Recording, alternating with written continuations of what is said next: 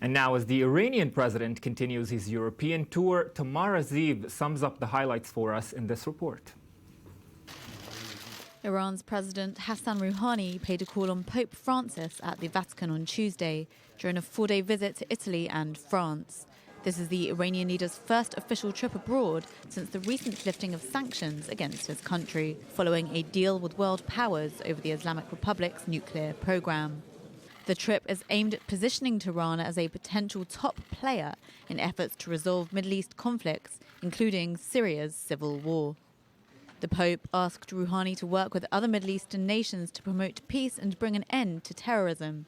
But on the top of Rouhani's agenda is rebuilding Iran's economic ties with Western nations and business leaders. Addressing a business meeting earlier on Tuesday morning, Rouhani said that Iran seeks to become a major exporting nation.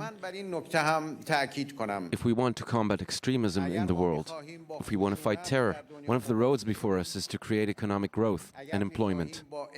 Lack of growth creates foot soldiers for terrorist groups. Unemployment creates soldiers for terrorists. Many Western nations still accuse Iran of funding various militant groups that are on US and EU terror blacklists, and subsequently, despite the nuclear agreement, the United States is keeping some of its financial sanctions in place.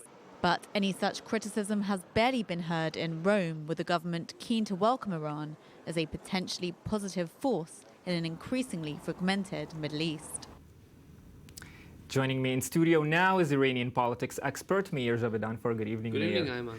Well, Meir, we hear that the Iran-US direct flights might be renewed. Iran is likely to buy 114 aircraft from France. A lot is happening. Put things in order for us. These are the fruits of the nuclear agreement. President Rouhani is trying to show the Iranian public that he's delivering to them what he promised. This doesn't happen very often in Iranian politics or in politics in many other countries where the politicians promise something and they deliver. But he has problems to go back to when he returns to Iran. The grandson of Ayatollah Khomeini, Hassan Khomeini, has been disqualified from running in the Guardian's Assembly of Experts elections in Iran. He's the grandson of the founder of the Islamic Revolution of Iran in 1979. And because he's associated with reformists, he's been disqualified.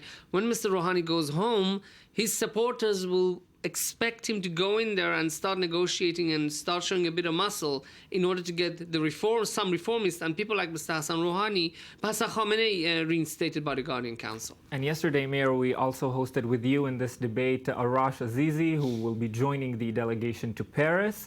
Yes. Is it fair to say that the main item on the agenda in Paris is, in fact, the aviation deal, the contract to buy 114 aircraft? It is. It seems to be. But let's not remember that France was actually one of the tougher countries when it came to negotiating with Iran. The French took an even more conservative role than the Americans. They were more strict and difficult to negotiate with than the Americans in the nuclear talks. But France has got a very deep roots in Iranian economy and Iran's industry. Number one, the aviation sector, Airbus aircraft, but also in the automotive sector. In Iran, Renault and Peugeot have been present in Iran for many years, for more than 4 decades. So while he's there, he's going to strengthen those ties because Iranians have had a long-standing relationship with the French, and also he wants to bring some French cars to Iran, which have been there before the sanctions. People of Iran don't like Iranian cars anymore. It's a terrible after service. You got to read the social media, how people slam the after sales service of the Iranian car producers. People want foreign cars, and Mr. Rouhani wants to give it to them. Well, and Mayor, the Pope called on the Iran to discourage terrorism today, and when they visited the Vatican, they covered some of the statues so as not to offend the visitors. Tell us more about that. For $18 billion, I would remove the statutes if we were hosting another country's visitors to the state of Israel. Look, they're being respectful, and it's business acumen. You got to do it, and I think you should respect other countries. I think it's good that they're respecting Mr. Rouhani, and I hope that some of the people in the Iranian regime, not the government, in the Iranian regime, some anti-Semites who are about to hold the Holocaust cartoon contest, learn from the Pope and start respecting other religions and other beliefs. Well, Mayor, if there is anything we can cover in the studio while you're here to keep from offending you, please let us know. No problem. Thank you very much for being with us tonight.